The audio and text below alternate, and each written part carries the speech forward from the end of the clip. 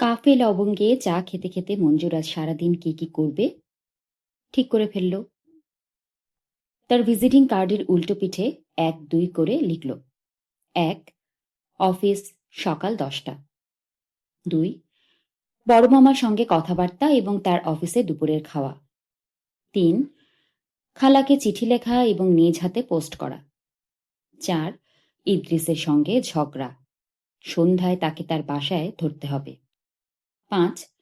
মীরার সঙ্গে টেলিফোনে কথা বলা রাত ১০টার পরে। এই জাতীয় একটা লিস্ট মঞ্জুর প্রতিদিন ভোরেই করে। আশ্চর্যের ব্যাপার, লিস্ট অনুযায়ী কোনো কাজই শেষ পর্যন্ত করা হয় না, তবু লিস্টটা করলে মনে এক ধরনের শান্তি পাওয়া যায়। লিস্টের ৫ নম্বরে মীরার সঙ্গে কথা বলা। রাত ১০টার পরে তাকে সবসময় পাওয়া যায় না। ১১টার পর হলে মোটামুটি নিশ্চিত যে পাওয়া যাবে। শীতের রাতে ১১টার পর টেলিফোন জোগাড় করাই হচ্ছে এক সমস্যা। সব দোকানপাট বন্ধ। বাড়িওয়ালার বাসা থেকে ভাড়া করা যায়, তবে তার জন্য বাড়ির ভাড়া ক্লিয়ার করা দরকার। আজ রাতে বাড়ি ভাড়া নিয়ে যদি যাওয়া যায়, তাহলে উঠে আসার সময় হঠাৎ মনে পড়েছে এমন ভঙ্গিতে বলা যেতে পারে, ভাই সাহেব, টেলিফোনটা ঠিক আছে?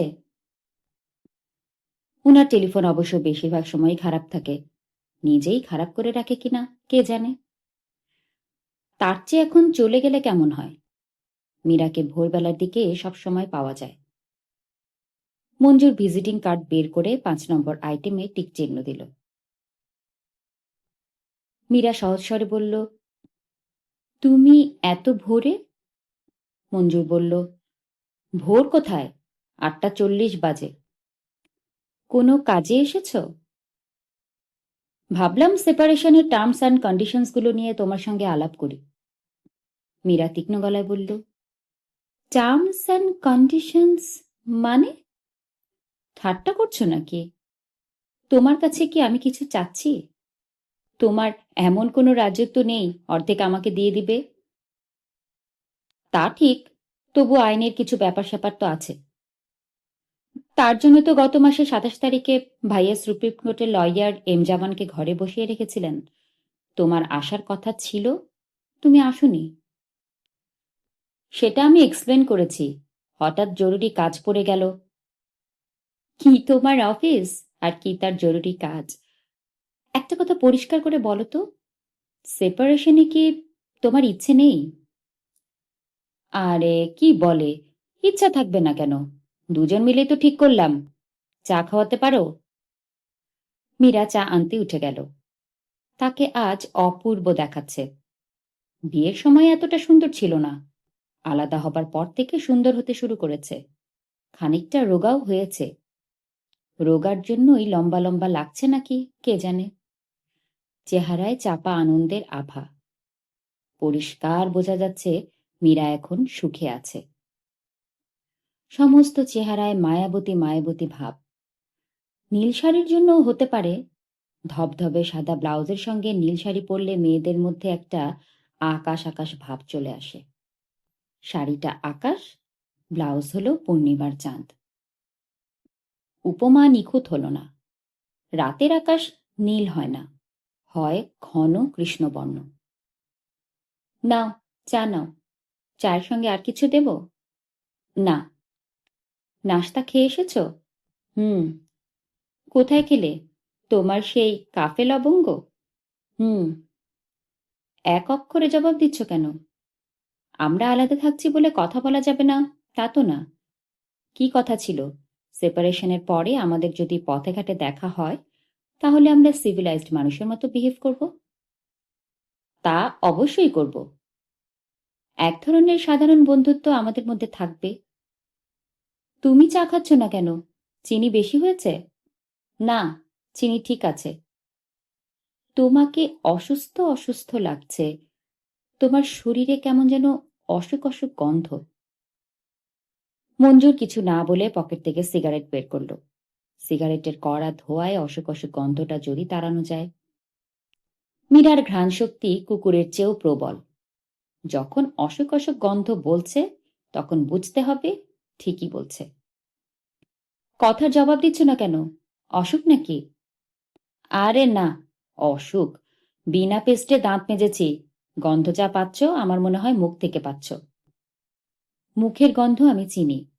তোমার গা থেকে জ্বর জ্বর গন্ধ আসছে। সিগারেটও মনে হয় প্রচুর খাচ্ছ। হেভি টেনশনে থাকি। সিগারেটের ধোঁয়ার উপর দিয়ে টেনশনটা পার করার চেষ্টা করি আর কি। কিসের এত টেনশন? আছে, অনেক। আচ্ছা, তোমাকে একটা জরুরি কথা জিজ্ঞেস করি। উম, ধরো, একজন লোকের খুব নিকট কোনো আত্মীয় মারা গেছে। তাকে সান্ত্বনা দিতে হবে। কি বলে সান্ত্বনা দিব? কে মারা গেছে? কে মারা গেছে সেটা জরুরি না। কি কথা বললে সে সান্ত্বনা পাবে সেটা বলো। কোনো কথাতেই সে সান্ত্বনা পাবে না। তুমি যদি তার গায়ে হাত দিয়ে পাশে দাঁড়িয়ে থাকো, তাহলে খানিকটা সান্ত্বনা পেতে পারে। মঞ্জুর উঠে দাঁড়ালো। মীরা সঙ্গে সঙ্গে উঠল না, বসে রইল। মঞ্জুর বলল, আজ উঠি। মীরা বলল, তুমি না টার্মস অ্যান্ড কন্ডিশনস নিয়ে আলাপ করতে এসেছিলে? এখন চলে যাচ্ছ যে? আরেকদিন আলাপ করব, অফিসের সময় হয়ে গেল। এ মাসের 20 তারিখে কি তুমি আসতে পারবে? 20 তারিখ বুধবার, সন্ধ্যা 7টার পর। পারবে আসতে? পারবো। তাহলে ওই দিন জামান সাহেবকে আসতে বলবো। জামান সাহেবটাকে? এর মধ্যে ভুলে গেলে? লয়ার। ও, আচ্ছা আচ্ছা, অবশ্যই আসবো। অফিসে গিয়েই ডায়েরিতে লিখে রাখবো। এবার আর ভুল হবে না। তবে সেফগার্ড থাকার জন্য তুমি বুধবার সকালেই একটা টেলিফোন করে দিও। পারবে না? টেলিফোন নাম্বার আছে না? আছে। মঞ্জুর বসার ঘর থেকে বেরোবার সময় দরজার চৌকাঠে একটা ধাক্কা খেল। এটা খুবই আশ্চর্যের ব্যাপার। এ বাড়ির বসার ঘর থেকে বেরোবার সময় প্রতিবার চৌকাঠে ধাক্কা খায়। এর কারণটা কি কে জানে? এই ঘর তাকে পছন্দ করে না, নাকি দরজা তাকে পছন্দ করে না? এই জগতে জড়বস্তুর কি পছন্দ অপছন্দ আছে? রাস্তায় নেমে মঞ্জুরের মনে হলো, আসল জিনিসটাই মীরাকে জিজ্ঞেস করা হয়নি। কৌটার গায়ে সমুদ্র লেখা কেন? আবার কি ফিরে যাবে? না, থাক। দিলকুশা এলাকায় মঞ্জুরের অফিস। 11 তলার 6টি কামরা। Floor space 8,000 square feet. অফিসের নাম 3P কনস্ট্রাকশনস। কোম্পানির মালিক নুরুল আফসার মঞ্জুরের স্কুল জীবনের বন্ধু। স্কুলে নুরুল আফসারের নাম ছিল মিডা কাঁচামরিচ। ছেলেবেলাতে লক্ষ্য করা গেছে নুরুল আফসার চট করে রেগে যায়, তবে রেগে গেলেও অতি মিষ্টি ব্যবহার করে। মিডা কাঁচামরিচ নামকরণের এই হলো রহস্য। ইন্টারমিডিয়েট পাশ করার পর মঞ্জুর ভর্তি হলো জগন্নাথ কলেজে। নুরুল আফসার চলে গেল আইওয়া স্টেট ইউনিভার্সিটিতে ক্রিয়েটিভ লিটারেচারে পড়তে। সায়েন্স পড়তে তার নাকি আর ভালো লাগছে না। ক্রিয়েটিভ লিটারেচারের ক্লাসগুলো তার খুবই পছন্দ হলো। প্রথম সেমিস্টারে খুব খেটে খুঁটে সে একটা অ্যাসাইনমেন্টও জমা দিল। অ্যাসাইনমেন্টটা হচ্ছে 3,000 শব্দে সেন্ট জোসেফ সেমিট্রির একটি বর্ণনা দিতে হবে। অ্যাসাইনমেন্ট জমা দেওয়ার দিন 5 পর course coordinator professor Clark Blaise তাকে অফিসে ডেকে নিয়ে বললেন, তোমার রচনা খুব আগ্রহ নিয়ে পড়লাম। It is interesting. তোমার পছন্দ হয়েছে? ইনে বয়ে হয়েছে। তুমি নিখুঁত বর্ণনা দিয়েছ। মোট কটি কবর আছে লিখেছ। কে কবে মারা গেছে তার উপর ভিত্তি করে শ্রেণীবিন্যাসও করেছ। কবরখানা দৈর্ঘ্য প্রস্থে কত তা দিয়েছ, যাকে বলা যায় perfect photographic description. Thank you. কিন্তু সমস্যা কি জানো? এই রচনা প্রমাণ করেছে তোমার কোনো ক্রিয়েটিভিটি নেই। আমি তোমাকে উপদেশ দেব অন্য কিছু পড়তে। যেমন ধরো ইঞ্জিনিয়ারিং। তোমার ধারণা ইঞ্জিনিয়ারদের ক্রিয়েটিভিটি প্রয়োজন নেই? অবশ্যই আছে। তাদের যতটুকু ক্রিয়েটিভিটি প্রয়োজন তোমার তা আছে। নুরুল আফসার 6 বছর আমেরিকায় কাটিয়ে সিভিল ইঞ্জিনিয়ারিংয়ে ডিগ্রি, আমেরিকান স্ত্রী পলিন এবং 2 যমজ কন্যা পেট্রিসিয়া ও পেরিনিয়াকে নিয়ে দেশে ফিরল। চাকরির চেষ্টা করলো বেশ কিছুদিন, লাভ হলো না। শেষ চেষ্টা হিসেবে খুলল কনস্ট্রাকশন কোম্পানি। স্ত্রী এবং 2 কন্যার আদ্যক্ষর নিয়ে কোম্পানির নাম হল 3P। মঞ্জুর জন্মলগ্ন থেকেই এই কোম্পানির সঙ্গেই আছে। নুরুল আফসার শুরুতে বলেছিল, বেতন দিতে পারবো না, পেটে ভাতে থাকবি, রাজি থাকলে আয়, যদি কোম্পানি দাঁড়িয়ে যায় তুই তোর শেয়ার পাবি, আমি তোকে ঠকাবো না, বিশ্বাস কর, ঠকাবো না। কোম্পানি বড় হয়েছে, ফুলে ফেপে একাকার। গত 2 বছর কোটি টাকার ব্যবসা করেছে, এবছর আরো করবে। অফিস শুরু হয়েছিল 3 জনকে নিয়ে, আজ সেখানে 111 জন কর্মচারী। মঞ্জুরের হাতে নির্দিষ্ট কোনো দায়িত্ব নেই, চিঠিপত্রে যোগাযোগের ব্যাপারটা সে দেখে। পিআরও বলা যেতে পারে। প্রতি মাসে তার 8 অ্যাকাউন্টে 8,000 টাকা জমা হয়। তার চাকরির শর্ত কি, দায়িত্ব কি, এই নিয়ে নুরুল আফসারের সঙ্গে তার কখনোই কথা হয় না। অফিস ঘরের একবারে শেষ প্রান্তে মঞ্জুরের ঘর। কামরাটা ছোট, তবে মেঝেতে কার্পেট বিছানো। দেয়ালে পালতোলা নৌকার একটি পেইন্টিংও আছে। ঘরের এক প্রান্তে ডিভানের মতো আছে। ডিভানের পাশেই বুকশেলফে বেশ কিছু বাংলা বই, যার বেশিরভাগই কবিতা। তার কোনো কাব্যপ্রীতি নেই, কবিতার বইগুলো মীরা কিনে দিয়েছে। ডিভানে শুয়ে আজকাল সে মাঝে মাঝে বইগুলোর পাতা উল্টায় এবং ভ্রু কুঁচকে ভাবে, লোকজন কি সত্যি আগ্রহ করে কবিতা পড়ে? যদি পড়ে, তাহলে কেন পড়ে? মঞ্জুরের ঘরে গত 15 দিন ধরে বসেছে জাহানারা। জাহানারা টাইপিস্ট হিসেবে 3 মাস আগে অ্যাপয়েন্টমেন্ট পেয়েছে। বসার কোনো জায়গা নেই, এক এক সময় এক এক জায়গায় বসছে। বড় সাহেব নুরুল আফসারের পাশেই হার্ডবোর্ডের পার্টিশন দিয়ে নতুন ঘর তার জন্য তৈরি হবার কথা। যতদিন হচ্ছে না ততদিন জাহানারা মঞ্জুরের ঘরে বসবে, এই ঠিক হয়েছে। ব্যবস্থাটা মঞ্জুরের পছন্দ হয়নি। একটি অল্পবয়স্কা কুমারী মেয়ে ঘরে থাকলে এক ধরনের অস্বস্তি লেগেই থাকে, সহজ হওয়া যায় না। ডিভানে গা এলিয়ে কবিতার বইয়ের পাতা উল্টানোও সম্ভব না। তার চেয়েও বড় কথা, মেয়েটা সিগারেটের গন্ধ সহ্যই করতে পারে না। মুখে কিছুই বলে না, তবে মঞ্জুর লক্ষ্য করেছে সিগারেট ধরালেই জাহানারা অস্বস্তি বোধ করতে থাকে। মঞ্জুর ঘরে ঢুকতে ঢুকতে বলল, কি খবর জাহানারা? জি স্যার, খবর ভালো। মুখ এত গম্ভীর কেন?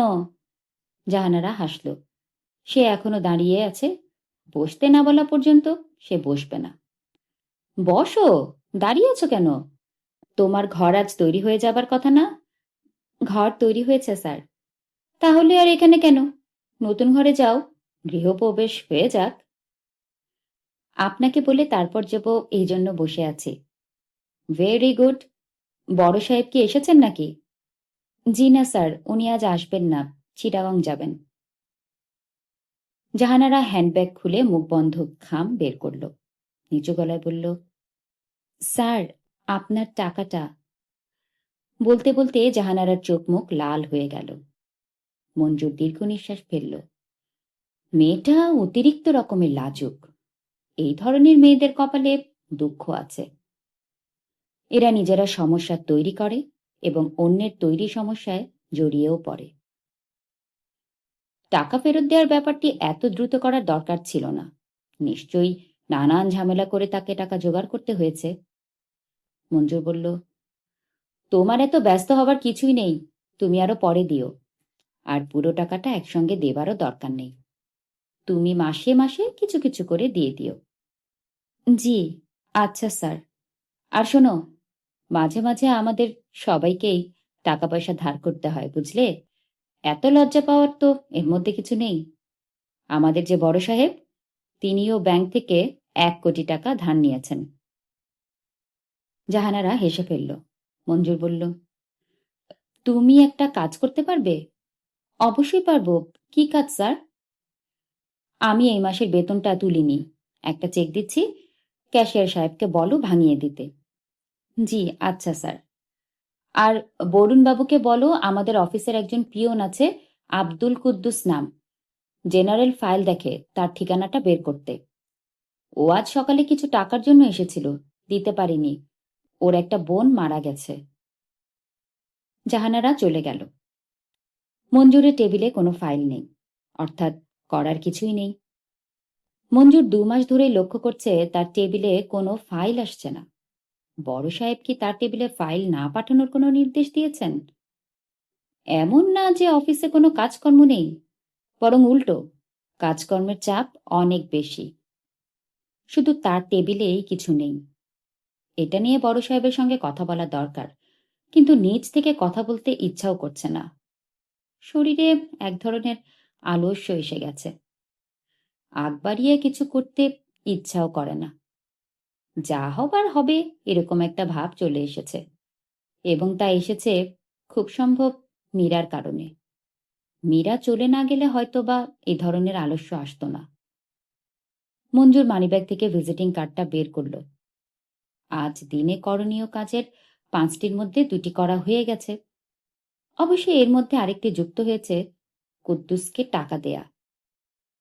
কাউকে দিয়ে টাকাটা পাঠাতে হবে, নাকি নিজেই চলে যাবে? কুদ্দুসের গায়ে হাত রেখে কিছুক্ষণ সান্ত্বনা দিয়ে চলে আসবে। সন্ধ্যার পর এই ব্যাপারে সিদ্ধান্ত নেওয়া যাবে। আপাতত 3 নম্বর আইটেমটির ব্যবস্থা করা যাক। 3 নম্বর আইটেম হচ্ছে খালাকে চিঠি লেখা এবং নিজ হাতে পোস্ট করা। যেহেতু আগের 2টি চিঠি পাননি, মঞ্জুর কাগজ কলম নিয়ে বসল। লেখার পরিকল্পনা নিয়ে বসা। হবে অবশ্য উল্টোটা। ছোট্ট চিঠি লেখা হবে, কয়েক লাইন লেখার পরই মনে হবে আর কিছু লেখার নেই। শ্রদ্ধেয়া খালা, আমার সালাম জানবেন। আমি নিয়মিত আপনার চিঠি পাচ্ছি। মনে হয় আপনি আমারটা পাচ্ছেন না। আমি ভালোই আছি বলা চলে। তবে যে কিডনিটি এখন অবশিষ্ট আছে তাতে বোধহয় কিছু সমস্যা হচ্ছে। এটা আমার মন গড়াও হতে পারে। যেহেতু একটিমাত্র কিডনি অবশিষ্ট, সেহেতু কিছু হলেই মনে হয় কিডনি বুঝি গেল। আপনি শুধু শুধু চিন্তা করবেন না। আপনার আবার অকারণ চিন্তা করার অভ্যাস। খালুজানকে আমার সালাম দেবেন। ইতি আপনার মঞ্জু। চিঠি ছোট হবে আগেই বোঝা গিয়েছিল, এতটা ছোট হবে তা বোঝা যায়নি। পুরো পাতাটা খালি খালি লাগছে। পুনশ্চ দিয়ে আরো কয়েকটা লাইন না ঢুকালেই কি না। কি লেখা যায় সেটাই সমস্যা।